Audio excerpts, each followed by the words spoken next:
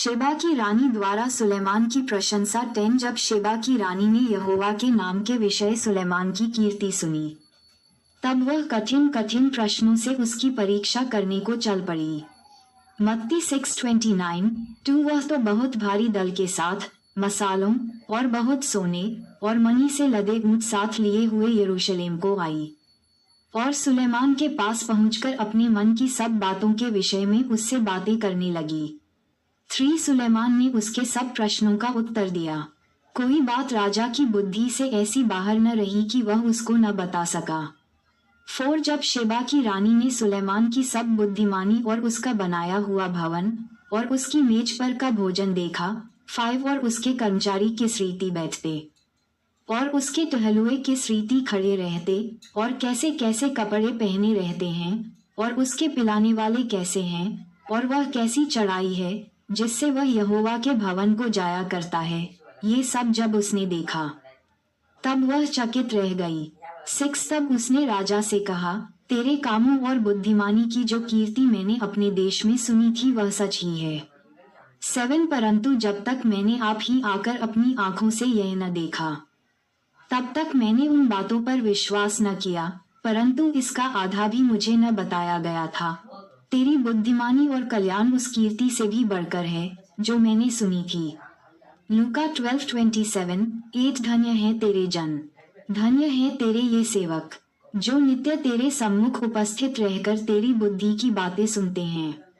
9 धन्य है तेरा परमेश्वर यहोवाए जो तुझसे ऐसा प्रसन्न हुआ कि तुझे इस्राएल की राजगद्दी पर विराजमान किया। यहोवा इस्राएल से सदा प्रेम रखता है, इस कारण उसने तुझे न्याय और धार्मिकता करने को राजा बना दिया है।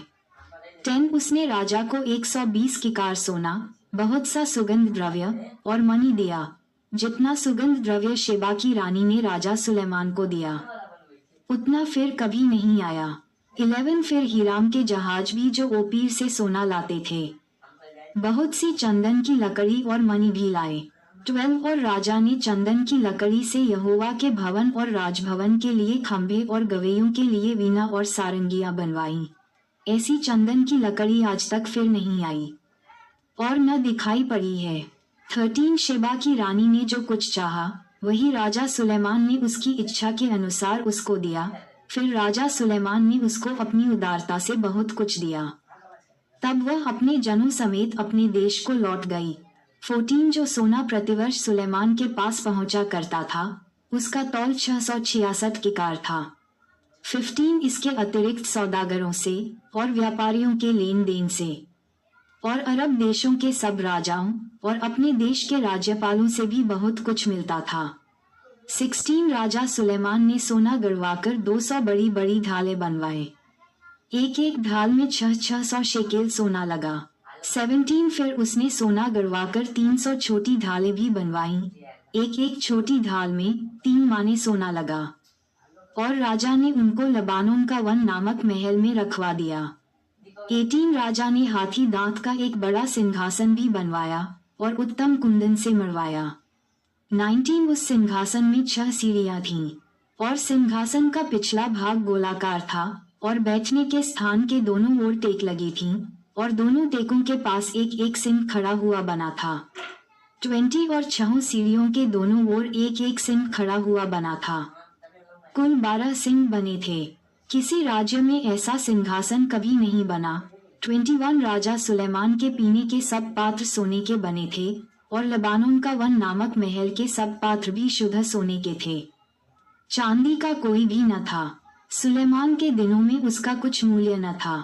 22 क्योंकि समुद्र पर हीराम के जहाजों के साथ राजा भी तरशीश के जहाज रखता था और 3-3 वर्ष पर तरशीश के जहाज सोना, चांदी, हाथी दांत, बंदर और मयूर ले आते थे। 23 इस प्रकार राजा सुलेमान धन और बुद्धि में पृथ्वी के सब राजाओं से बढ़कर हो गया। 24 और समस्त पृथ्वी के लोग उसकी बुद्धि की बातें सुनने को जो परमेश्वर ने उसके मन में उत्पन्न की थीं, सुलेमान का दर्शन पाना चाहते थे। 25 और वे प्रतिवर्ष अपनी अपनी भेंट अर्थात चांदी और सोने के पात्र, वस्त्र, शास्त्र, सुगंध द्रव्य, घोड़े और खच्चर ले आते थे। 26 सुलेमान ने रथ और सवार इकट्ठे कर लिए। उसके 1400 रथ और 12,000 सवार हो गए और उनको उसने रथों के नगरों में और यरूशलेम में राजा के पास ठहरा रखा। 27 और राजा ने बहुतायत के कारण यरूशलेम में चांदी को तो ऐसा कर दिया जैसे पत्थर और देवदार को ऐसा जैसे नीचे के देश के गुलाब। 28 और जो घोड़े सुलेमान रखता था वे मिस्र से आते थे और राजा के व्यापारी उन्हें झुंड झुंड करके ठहराए हुए दाम पर लिया करते थे। 29 एक रथ तो 600 शेकेल चांदी में और एक घोड़ा 150 शेकेल में मिस्र से आता था और इसी दाम पर वे हित्तियों और अराम के सब राजाओं के लिए भी व्यापारियों के द्वारा आते थे। सुलेमान का हृदय परमेश्वर से फिर जाना 11 परंतु राजा सुलेमान फिरौन की बेटी और बहुत सी विजातीय स्त्रियों से जो मोआबी, एम्मोनी, अदोमी, सीदोनी और हित्ती थीं, प्रीति करने लगा। वे उन जातियों की थीं जिनके विषय में यहोवा ने इस्राएलियों से कहा था, तुम उनके मध्य में न जाना है और न वे तुम्हारे मध्य में आने पाए। वे तुम्हारा मन अपने देवताओं की ओर निसंदेह फेरेगी। उन्हीं की प्रीति में सुलेमान लिप्त हो गया। 3 उसके 700 रानियां और 300 रखैलियां हो गई थीं और उसकी इन स्त्रियों ने उसका मन बहका दिया। 4 अतः जब सुलेमान बूढ़ा हुआ तब उसकी स्त्रियों ने उसका मन पराए देवताओं की ओर बहका दिया भी और उसका मन अपने पिता दाऊद की समान अपने परमेश्वर यहोवा पर पूरी रीति से लगा न रहा। 5 सुलेमान तो सीदोनियों की इश्तोरेत नामक देवी और इम्मोनियों के मिल्कोम नामक घृणित देवता के पीछे चला। 6 इस प्रकार सुलेमान ने वह किया जो यहोवा की दृष्टि में बुरा है और यहोवा के पीछे अपने पिता दाऊद के समान पूरी रीति से न चला। 7 उन दिनों सुलेमान ने यरूशलेम के सामने के पहाड़ पर मोआबियों के कमोश नामक घृणित देवता के लिए और इम्मोनियों के मोलेक नामक घृणित देवता के लिए एक एक ऊंचा स्थान बनाया। 8 और अपनी सब विजातीय स्त्रियों के लिए भी जो अपने अपने देवताओं को धूप जलाती और बलिदान करती थीं, उसने ऐसा ही किया। 9 तब यहोवा ने सुलेमान पर क्रोध किया क्योंकि उसका मन इस्राएल के परमेश्वर यहोवा से फिर गया था जिसने 2 बार उसको दर्शन दिया था। 10 और उसने इसी बात के विषय में आज्ञा दी थी कि पराये देवताओं के पीछे न हो लेना, तो भी उसने यहोवा की आज्ञा न मानी। 11 इसलिए यहोवा ने सुलेमान से कहा, तुझसे जो ऐसा काम हुआ है और मेरी बंधाई हुई वाचा और दी हुई विधि तूने पूरी नहीं की, इस कारण मैं राज्य को निश्चय तुझसे छीनकर तेरे एक कर्मचारी को दे दूंगा। 12 तो भी तेरे पिता दाऊद के कारण तेरे दिनों में तो ऐसा न करूंगा, परंतु तेरे पुत्र के हाथ से राज्य छीन लूंगा। 13 फिर भी मैं पूर्ण राज्य तो न छीन लूंगा, परंतु अपने दास दाऊद के कारण और अपने चुने हुए यरूशलेम के कारण मैं तेरे पुत्र के हाथ में एक गोत्र छोड़ दूंगा। 14 तब यहोवा ने अदोमी हदद को जो अदोमी राजवंश का था सुलेमान का शत्रु बना दिया। 15 क्योंकि जब दाऊद अदोम में था और योआब सेनापति मारे हुओं को मिट्टी देने गया। 16 योआब तो समस्त इस्राएल समेत वहां 6 महीने रहा जब तक कि उसने अदोम के सब पुरुषों का नाश न कर दिया। 17 तब हदद जो छोटा लड़का था अपने पिता के कई एक अदोमी सेवकों के संग मिस्र को जाने की मनसा से भागा। 18 और वे मिद्यान से होकर पारान को आए और पारान में से कई पुरुषों को संग लेकर मिस्र में फिरौन राजा के पास गए और फिरौन ने उसको घर दिया और उसके भोजन व्यवस्था की आज्ञा दी और कुछ भूमि भी दी।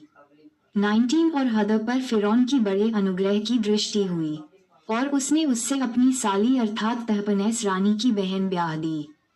20 और तहपनेस की बहन से गनुबत उत्पन्न हुआ और इसका दूध तहपनेस ने फिरौन के भवन में छुड़ाया। तब गनुबत फिरौन के भवन में उसी के पुत्रों के साथ रहता था।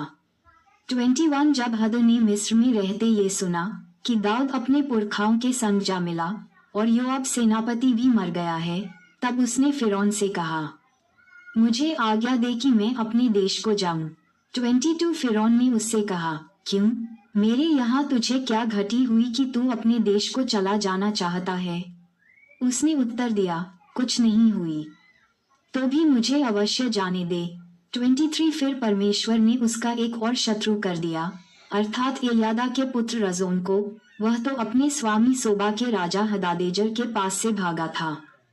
24 और जब दाऊद ने सोबा के जनों को घात किया, तब रजोन अपने पास कई पुरुषों को इकट्ठे करके एक दल का प्रधान हो गया और वह दमिश्क को जाकर वहीं रहने और राज्य करने लगा।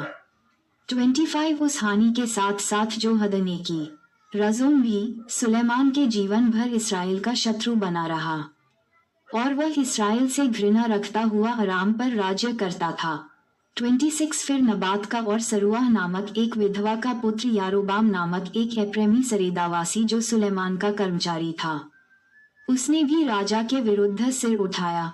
27 उसका राजा के विरुद्ध सिर उठाने का ये कारण हुआ कि सुलेमान मिल्लो को बना रहा था और अपने पिता दाऊद के नगर के दरार बंद कर रहा था। 28 यारोबाम बड़ा शूरवीर था और जब सुलेमान ने जवान को देखा कि यह परिश्रमी है, तब उसने उसको यूसुफ के घराने के सब काम पर मुखिया ठहराया। 29 उन्हीं दिनों में यारोबाम यरूशलेम से निकलकर जा रहा था कि शीलवासी अहयाह नबी नई चद्दर ओढ़े हुए मार्ग पर उससे मिला और केवल वे ही दोनों मैदान में थे। 30 तब अहयाह ने अपनी उस नई चद्दर को ले लिया और उसे फाड़कर 12 टुकड़े कर दिए। 31 तब उसने यारोबाम से कहा, 10 टुकड़े ले ले, क्योंकि इसराइल का परमेश्वर यहोवा ये कहता है, सुन, मैं राज्य को सुलेमान के हाथ से छीनकर 10 गोत्र तेरे हाथ में कर दूंगा। 32 परंतु मेरे दास दाऊद के कारण और यरूशलेम के कारण जो मैंने इसराइल के सब गोत्रों में से चुना है, उसका एक गोत्र बना रहेगा। 33 इसका कारण ये है कि उन्होंने मुझे त्याग कर सीदोनियों की देवी इश्तोरेत और मोआबियों के देवता कमोश और अम्मोनियों के देवता मिल्कोम को दंडवत की और मेरे मार्गों पर नहीं चले और जो मेरी दृष्टि में ठीक है वह नहीं किया और मेरी विधियों और नियमों को नहीं माना जैसा कि उसके पिता दाऊद ने किया। 34 तो भी मैं उसके हाथ से पूर्ण राज्य न ले लूंगा, परंतु मेरा चुना हुआ दास दाऊद जो मेरी आज्ञाएं और विधियां मानता रहा, उसके कारण मैं उसको जीवन भर प्रधान ठहराए रखूंगा।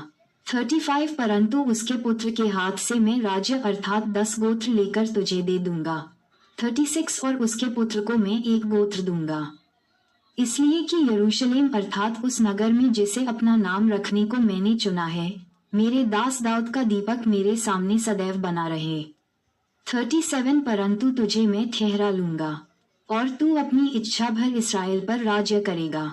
38 और यदि तू मेरे दास दाऊद के समान मेरी सब आज्ञाएं माने और मेरे मार्गों पर चले और जो काम मेरी दृष्टि में ठीक है वही करे और मेरी विधियां और आज्ञाएं मानता रहे, तो मैं तेरे संग रहूंगा और जिस तरह मैंने दाऊद का घराना बनाए रखा है वैसे ही तेरा भी घराना बनाए रखूंगा और तेरे हाथ इसराइल को दूंगा। 39 इस पाप के कारण मैं दाऊद के वंश को दुख दूंगा, तो भी सदा तक नहीं। 40 इसलिए सुलेमान ने यारोबाम को मार डालना चाहा, परंतु यारोबाम मिस्र के राजा शीशक के पास भाग गया और सुलेमान के मरने तक वहीं रहा। 41 सुलेमान की और सब बातें और उसके सब काम और उसकी बुद्धिमानी का वर्णन क्या सुलेमान के इतिहास की पुस्तक में नहीं लिखा है? 42 सुलेमान को यरूशलेम में सब इसराइल पर राज्य करते हुए 40 वर्ष बीते। 43 और सुलेमान मरकर अपने पुरखाओं के संग जा मिला और उसको उसके पिता दाऊद के नगर में मिट्टी दी गई और उसका पुत्र रहबाम उसके स्थान पर राजा हुआ। माताएं एवं बहनों से निवेदन है कि अगर हमारी ये वीडियो आपको अच्छी लगी हो तो कृपया करके वीडियो को लाइक और सब्सक्राइब करना ना भूलें, क्योंकि हमारी वीडियो आप सब तक बहुत जल्दी पहुंचे। जय यीशु मसीह।